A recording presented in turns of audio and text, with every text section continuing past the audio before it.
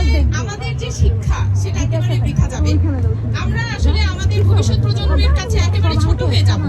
So এই জন্যই আমি আজকে আমাদের এই ছাত্রদেরকে যে অন্যায়ভাবে মারা হচ্ছে তাদের পক্ষে, এবং এই যে কোটা, আমি আমার নিজের চোখে যখন ইউনিভার্সিটিতে ভর্তি পরীক্ষা দিয়েছি, যখন ইউনিভার্সিটিতে পড়তাম, কোটা যে কত অমেধাবী মানুষকে আনে সেটার জলজান্ত প্রমাণ দেখেছি।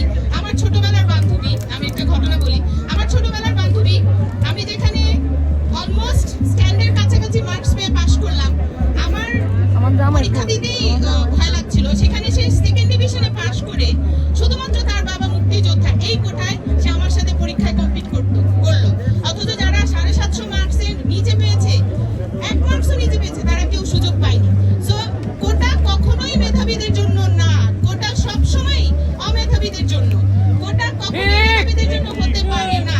তাই একজন মা হিসেবে, একজন সাবেক ঢাকা ইউনিভার্সিটির সাবেক ছাত্রী হিসেবে, যে কিনা কোটার যে অপব্যবহার নিজের চোখে দেখেছে, আমি আমার দেশের ছাত্রদের এই সংগ্রামের সাথে সম্মতি জানাই, তাদের সাথে